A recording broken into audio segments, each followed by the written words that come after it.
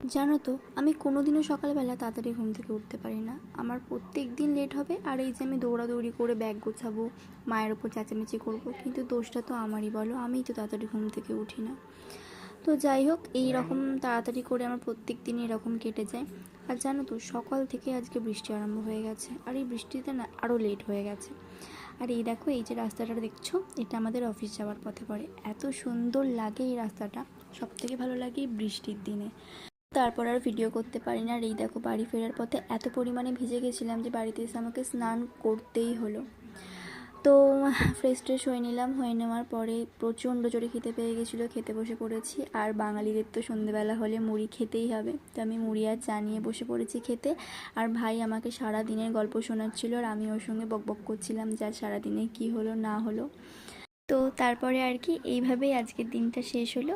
Tata সবাইকে, দেখা হবে নেক্সট ভিডিওতে।